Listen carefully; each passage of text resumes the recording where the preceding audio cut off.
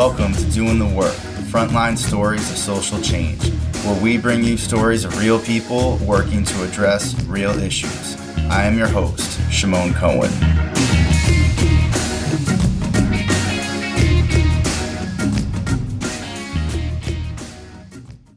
In this episode, I talk with Katherine Ambía, who is the clinical site coordinator at a school-based mental health clinic in Queens, New York. We discuss Katherine's work with high school students who are experiencing a range of issues impacting their lives. We talk about racism, historical trauma, colonialism, immigration, coping skills, and how Katherine approaches these topics with students by creating a safe space where they feel like they can talk with her about anything.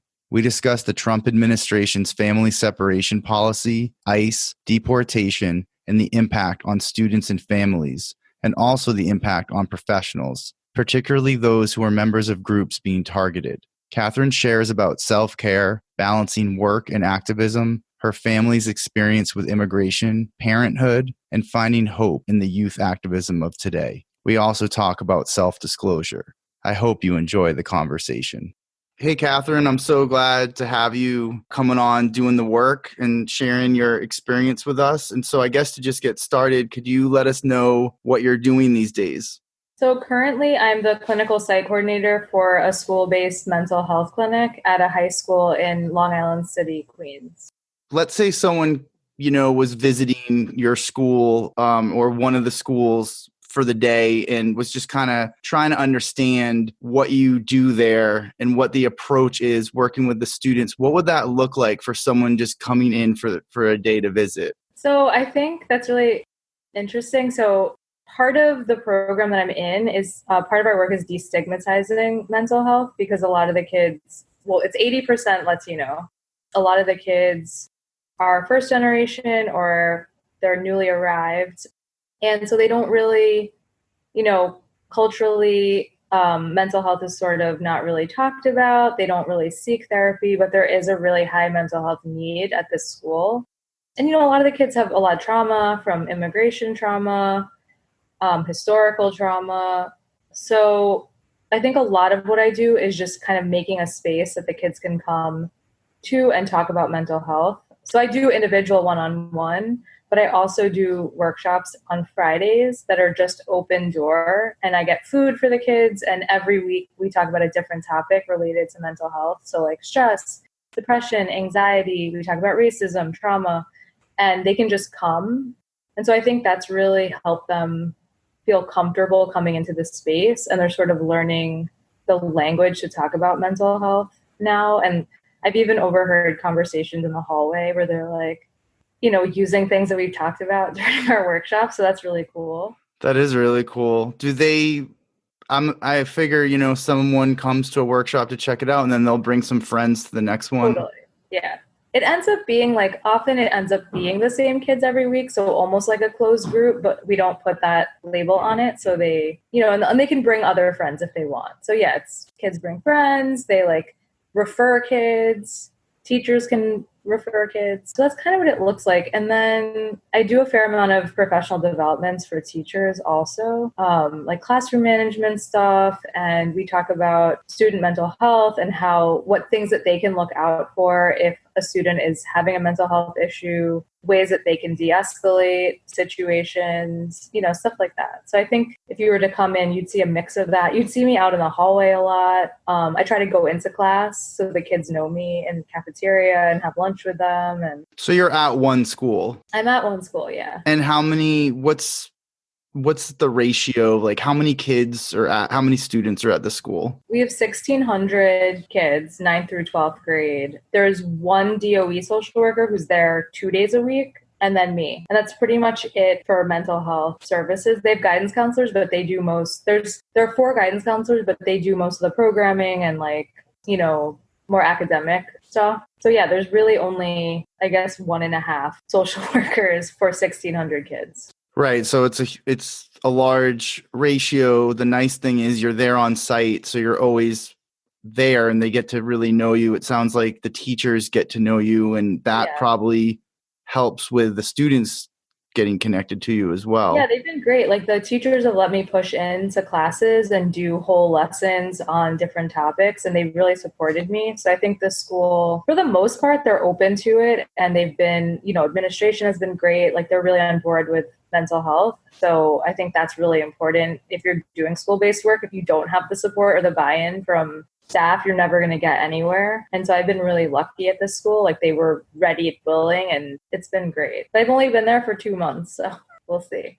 Right. Well, it sounds like it's a good start. And I know you come from a, you have a lot of experience working in schools, and I want to get to that in a second, but I wanted to follow up on a couple of things you mentioned in terms of the issues that you see frequently among the students. You talked about stigma, you talked about some cultural barriers around mental health, for different reasons. And you also mentioned historical trauma. And I just kind of wanted to talk about that a little bit, because I actually am in the middle of teaching some MSW students about historical trauma. And I'm shocked when I ask them how many have ever heard of the term before, and barely any raise their hand. And they also don't often know the history of what's happened in this country that's created this historical trauma. Yeah. And so I'm interested in how you use your knowledge of historical trauma to influence your approach with the students, and how that, like what that looks like when you're actually doing a group or working with a student. Well, I think first of all, like racism is not often seen as being traumatic, depending on who you're talking to. So I think just acknowledging that first and foremost, that if you're Black in America, you are holding a lot of stuff that has happened not only to you on a daily basis, but your family and your grandparents and your great-great-grandparents and all the way back, that is passed on generationally. So I think really for me, historical trauma is generational trauma. And so a lot of the kids, especially in this day and age, I find this generation has an interesting way of talking about racism. Like they see it and they get it in theory, but they don't really have the language to talk about it, I think, the way that we do, because it's kind of become more covert, if that makes sense. Like they're kind of more like, oh, we're colorblind, like we don't see race, everybody like gets along, but I have this suspiciousness and wariness of white people, and why is that? Or like, I know that I'm not always welcomed in these spaces, but why is that? But oh, like Kim Kardashian is married to Kanye, and like, so they kind of have an interesting way of talking about it. But I think when you give them the space to talk about that and their experience, like it all comes out. And then, so not only do you have that, but also for me, a lot of the Latino families that I work with, they've experienced all kinds of stuff in their country of origin. Like a lot of them are from Central America. And so their parents, or they came here escaping like gang violence and political unrest. And so they've had a lot of trauma from colonialism and like the consequences of colonialism. And so they're bringing a lot of that stuff here. And then they're further traumatized because a lot of them are undocumented, or they have DACA. And so now it's like, it's just layers and layers of trauma, because now they're living in fear that they're going to be deported. I've had students whose parents were deported. Both parents were deported. Student was born here, but is now living with his grandmother, and he has no idea if his parents will ever come back to the U.S. They've been deported to Mexico. So that's something that the kids are dealing with too. So I think first and foremost, giving kids a space to talk about it and to see it as trauma. Because I think a lot of kids too have just internalized this experience, and they don't know how it's affecting them, because they just think that it's normal to feel, angry, or to have these feelings of response. Like, doesn't everybody, smoke weed 10 times a day to like feel better? I'm like, no, not everybody does, but let's look at why you're doing that and all the things that like you're self-medicating. Yeah, so I think giving them a space to talk about it, having them view it as trauma. And then I think for teenagers, like having someone that they can go to is something that they really need. Like they don't necessarily have anyone who's willing to listen to, what's happened to them. So a lot of it is you creating that relationship where they can come to you and just talk and you listen and you're validating but also their like experience. asking them specifically about their experiences of being brown or Black in America and about their families. Because I think therapy doesn't always address those issues. You know, like you could get into therapy easily and never touch on race and look at depression and anxiety, as like pathologized disorders and not really look at what's causing those things.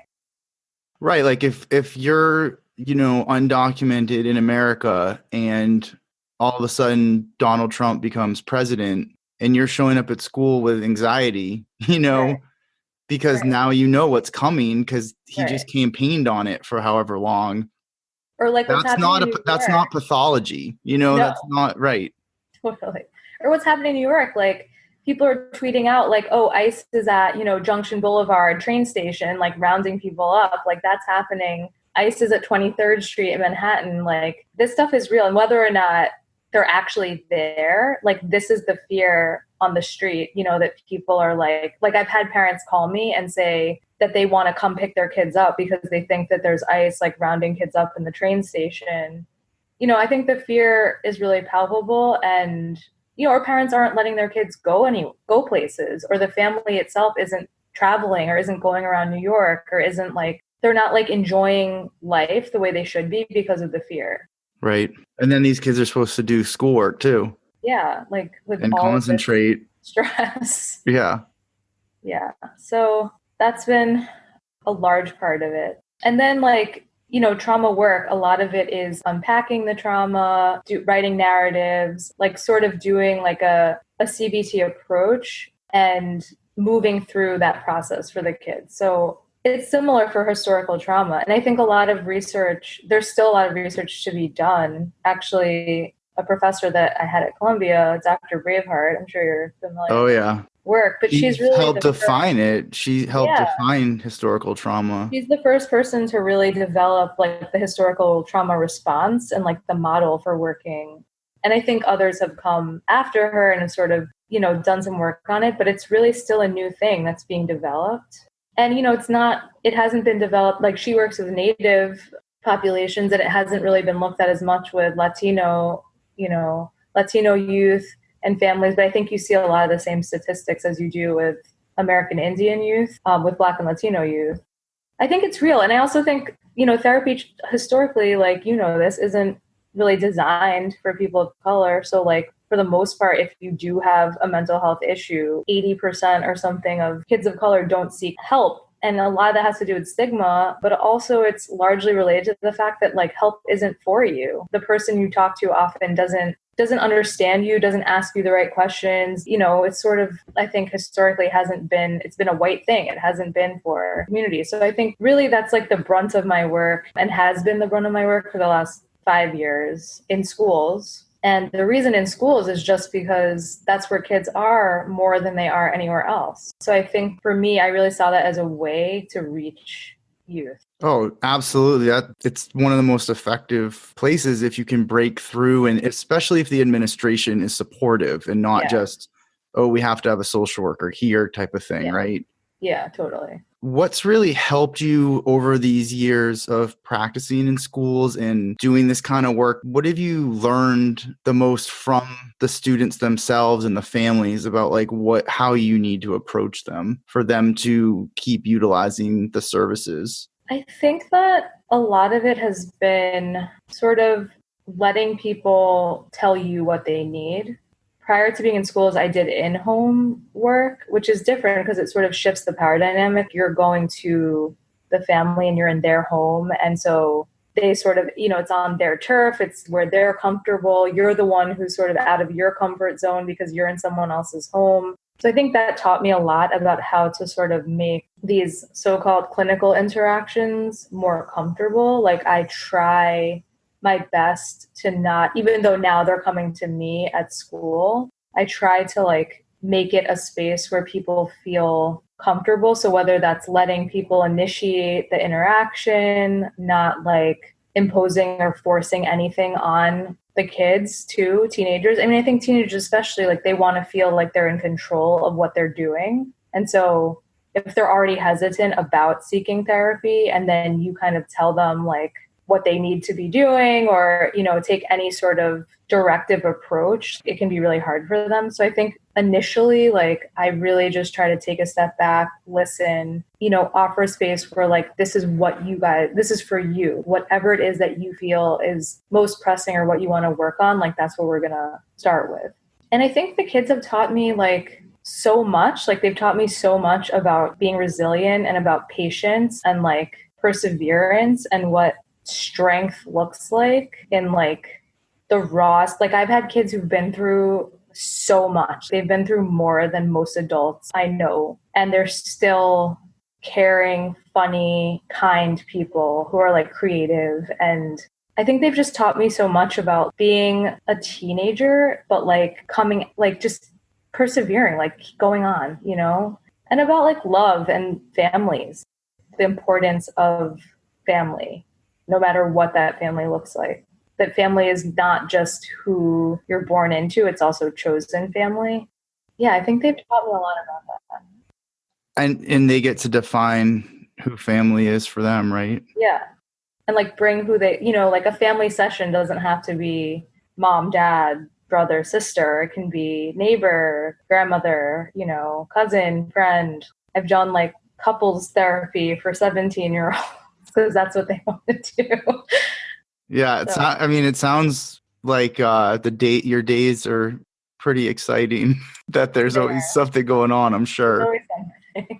When you just thinking about all these issues that you're talking about and also about some of the movements going on in the country right now around, you mentioned ICE in particular, and there's, calls to abolish ICE. There's a lot of protests happening because of this family separation policy. I think it should just be called state sanctioned kidnapping. Yeah. That's what they're doing. State sanctioned terrorism. Yeah. And then you're in this more clinical space in a school. How do you kind of navigate that and this core value of social justice and, being able to do things that may be more of like a macro type level, is that part of, how do you navigate all of that? Because I know from just talking to clinicians that can be really, it can feel very challenging. Yeah. And I think it feels challenging because for us, it's our work every day, all the time. And so then on top of that, if you're also an activist and someone who's politically active, it can be very draining emotionally, and especially if it's personal for you. And I think that's been something that I've sort of grappled with because, obviously for me and my own family and like my own background, like it's been sort of an emotional time because, my father was undocumented for a while and like was in deportation proceedings and is a U.S. citizen now, but like there was definitely an insecure time for my family. I've had relatives cross the border. I feel like it hits very close to home for me, and everything has obviously up to this point, like I've cared deeply, but this feels like especially personal. And, I'm also the mom of a young kid. And so I can actually like, now I know what that would feel like to have my child taken away from me. Like I can't even imagine the pain and like how hard that is. Like it's really gut wrenching. And then on top of it, then you go to work every day and you're like hearing people's trauma and you're trying to hold that for them. And on top of your own stuff and like your own triggers, like it can be really emotionally taxing. So I think for me, like, it's something that I'm not good at. Like, I'm not really good at self-care. And I think that's something social workers really need to work on. And I laugh, but it's not funny actually at all. So I think that I've found ways that I can be politically involved that are like more joyful. Like, I think I'm trying to find hope in like collective action, organizing with friends, like going to like, friends that are hosting meetings to talk about action strategies. Like I've been doing that and making it more of a community thing for me. Today I went and I got a tattoo because the proceeds went to support raíces in Texas. I'm trying to do things like that. And also having a child helps because when I spend time with her, I'm like, okay, I'm focused on her. I'm not like thinking about all this other stuff. Yeah, that's hope right there. It is. Like, it is. And I know, like, it's funny, like, I've had friends who are, like, grappling with the decision to have kids because of Trump being president, all the stuff that's happening. And I'm like, but, you know, having a kid has really been, like, such a joy in this time. Like, this is why we have kids. Like, there's always bad stuff going on in the world. And, like, people have always had children because, like, it is hope. Like, this is the next generation. This is who we're, like, building to make things different, you know? But it's hard. And I definitely think therapy is important for social workers who are like doing this work. Yeah, we need support for sure. Like I was group just therapy, thinking, individual.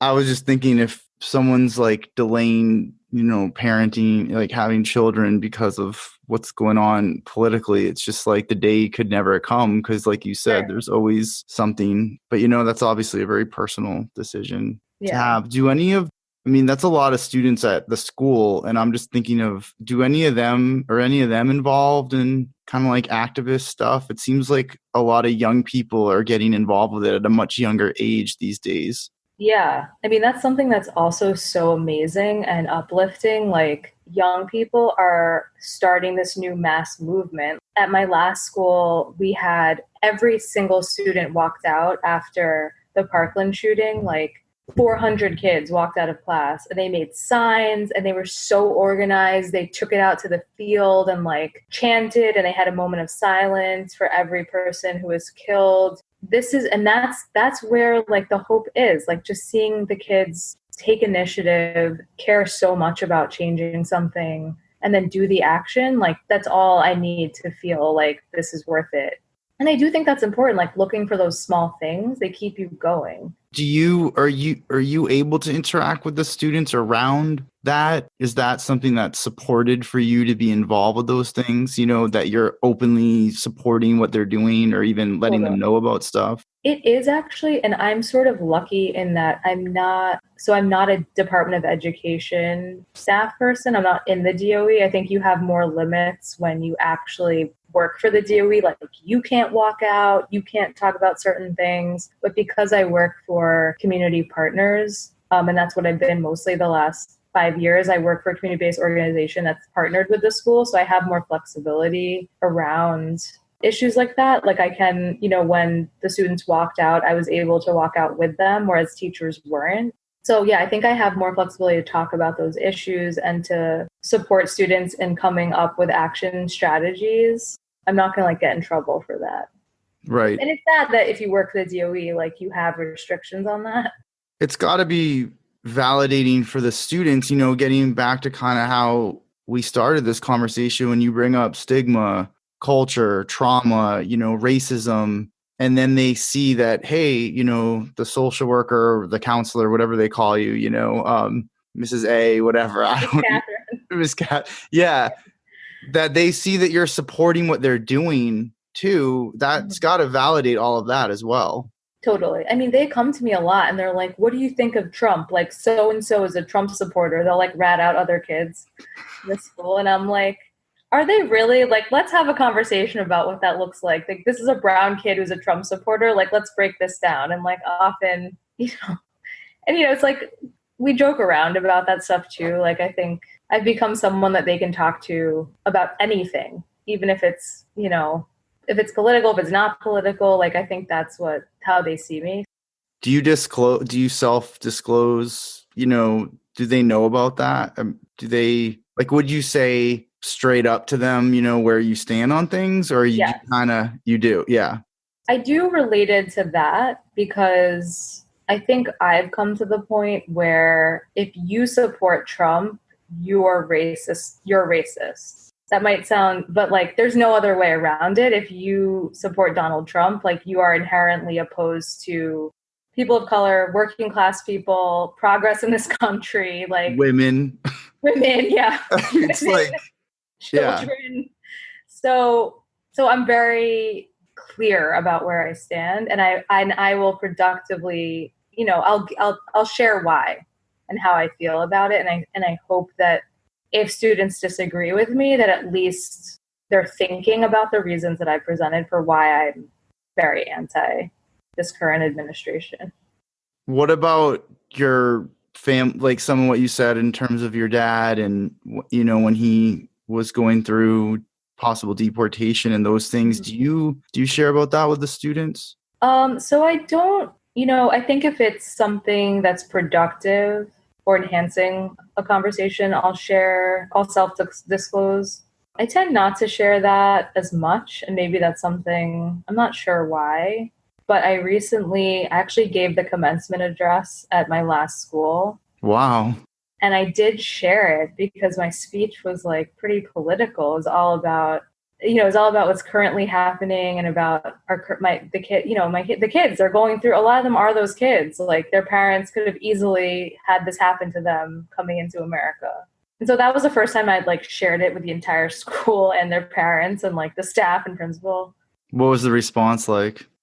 It's been really positive. It was a risk that I took and I wasn't sure if like it would be well received, but everyone has given me really positive feedback. Like that was really powerful. It like hit close to home, like hearing your personal narrative kind of made it real for, that's what people have told me and they appreciated it. So I don't know. I'm still like, for me, self-disclosure is still this tricky thing because in training, they tell you not to self-disclose. It's this big thing. But then when I was at the Ackerman Institute, like we were kind of told to self-disclose. And then I did my clinical fellowship at Yale, and that was like, so never say anything about yourself. So right. I've gone like all over the place, and now I'm trying to develop my own style, which is like somewhere in the middle, I think. Yeah, I can really relate to what you're saying because it's that initial, what you're taught is to never say anything. And it's that some people are still teaching it that way. Yeah. Because I hear it from my students that some of my colleagues are like, no, never. And then I probably convey a bit of a different message that's, it depends on, what the situation is. And it's also depends on a personal decision, right? Like if you actually want people to know about that, because totally. That once it gets out, especially working at a school, the whole school is going to know. Oh yeah, totally. So you got to be cool. You got to be okay with that. And then it's like, is this going to be helpful? That's the part that I do think is the good guideline that does get taught is like, is it going to be beneficial? It's just that some people seem to cling to this old idea that it's usually not beneficial when it might be, so, and I think it's often a cultural thing too. Yeah.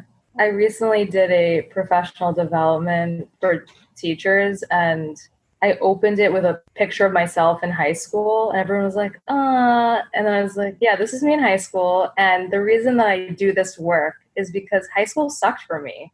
I had a lot of anxiety. I had panic attacks in high school and like my parents didn't know how to help me. Like no one was ever like, go to therapy. And there's a lot of stuff happening in my family when I was younger, like addiction and divorce and like high school was a really stressful time for me. And I just had no one and nobody like at school opened themselves to me to go to, and I don't want that to happen to anyone else. Like, I think that's like why I do this work. High school can be really hard, or it can be a time when you learn how to help yourself, and that will stay with you for the rest of your life. If you can develop these techniques in high school, you're set. And so I shared that with teachers because I know that a lot of them went through the same thing and like maybe they don't talk about it, but they should, and they should remember what that was like because they're now teaching students that are probably going through very similar things. So I was really candid about that, and that response was really overwhelming too. Like the teachers were all like, thank you so much for sharing that. Like I had teachers coming to me saying like they wanted referrals for like therapy, and I was like, I can't do that for you. I can't like give you the therapy, but I'll send you somewhere. Like that's great though. That's really powerful. So like self-disclosure I think can be really powerful, but if done appropriately. Yeah. Time's kind of flown here, and so I want to thank you for taking the time to come on the podcast and also, for doing the work in the community. Thank you. I really appreciate that. Thanks for having me. Thank you for listening to Doing the Work, Frontline Stories of Social Change. I hope you enjoyed the podcast. Please follow on Twitter and leave positive reviews on iTunes. If you're interested in being a guest or know someone who's doing great work, please get in touch. And thank you for doing real work to make this world a better place.